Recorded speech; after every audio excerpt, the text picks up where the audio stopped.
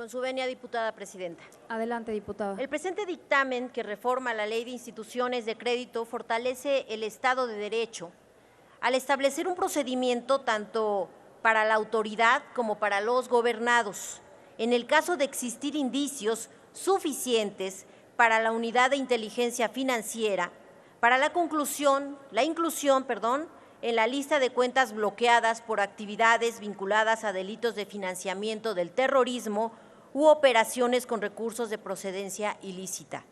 Este dictamen pretende llenar la laguna jurídica para realizar el congelamiento de cuentas bancarias a partir de investigaciones nacionales, pues la jurisprudencia de la Suprema Corte de Justicia de la Nación solo prevé la constitucionalidad de estas medidas cautelares si son consistentes en el cumplimiento de una obligación contraída con un gobierno extranjero o la ejecución de una resolución adoptada por un organismo internacional o agrupación intergubernamental cuyas atribuciones fueron reconocidas con base en una obligación asumida por el Estado mexicano.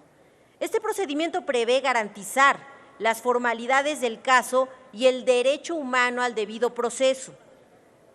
Forma parte de la lucha contra la corrupción y la violencia que azota a nuestro país, pues no es solo la fuerza letal con la que se ha de hacer frente a la delincuencia organizada.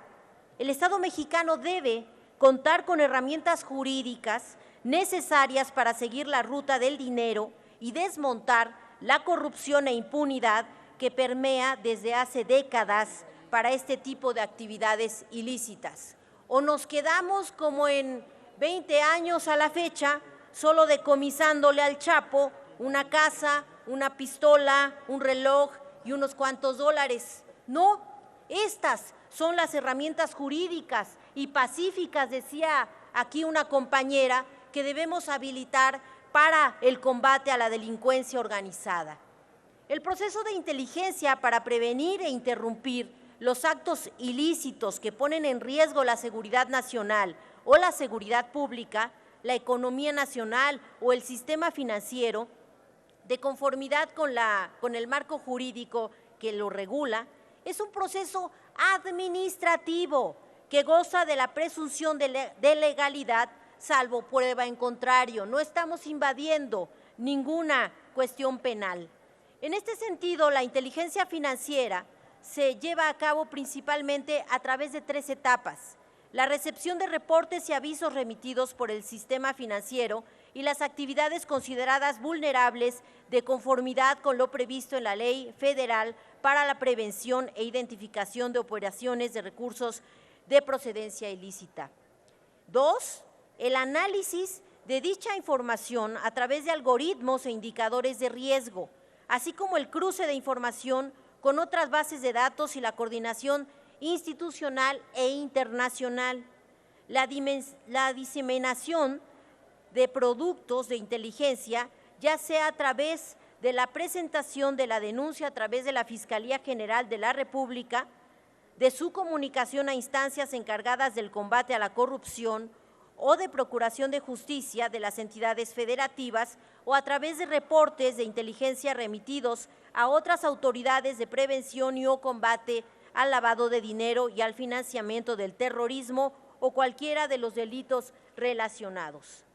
Derivado del proceso de inteligencia antes descrito, es imperativo para la consecución de su objeto el resguardo de los recursos de la Unidad de Inteligencia Financiera en el ejercicio de las atribuciones que le confiere la ley, y el artículo 15 del Reglamento Interior de la Secretaría de Hacienda detecte que podrían estar vinculados en un esquema de lavado de dinero o de financiamiento al terrorismo, y con ello evitar que los bienes sean utilizados para fortalecer las estructuras del crimen organizado y desestabilizar o vulnerar la integridad del sistema financiero mexicano. El Grupo de Acción Financiera Internacional, al que corresponde y pertenece este país, hizo un análisis en 2018 en donde encontraron hallazgos muy importantes. Y uno de los que me gustaría resaltar aquí es que nuestro país, enfrenta un riesgo significativo de lavado de activos proveniente principalmente de actividades asociadas con la delincuencia organizada, tales como el tráfico de drogas, extorsión, corrupción y evasión fiscal.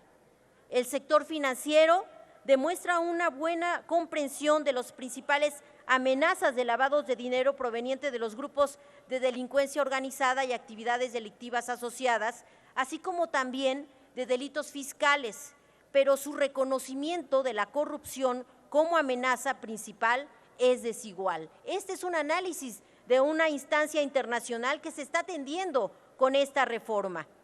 Si bien reconocen la amenaza general de la delincuencia organizada que enfrenta México, la apreciación por parte de las profesiones y actividades no financieras designadas de los riesgos de lavado de dinero, de activos, parece limitada.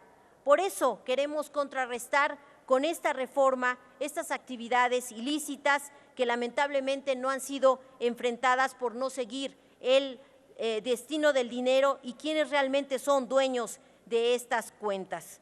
Hasta hace relativamente poco, la extinta PGR no consideraba la identificación e investigación del lavado de activos como una de las prioridades clave.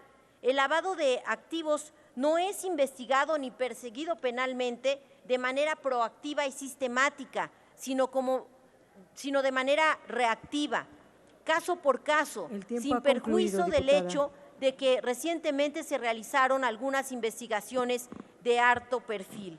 De ahí que nosotros insistimos en que el lavado de activos debe ser enfrentado con procedimientos que sí garanticen el debido proceso, que sí se dé derecho de audiencia, no son actividades discrecionales, se atienden recomendaciones internacionales. Concluya, por favor. Y queremos por eso pedirles llegar a quienes realmente son dueños de estos dineros ilícitos mediante procedimientos completamente viables que yo estoy segura no se desecharán en la Suprema Corte y les solicito Diputada, por ello el su tiempo ha apoyo concluido. al dictamen. Es cuanto. Gracias. Se informa a la Asamblea que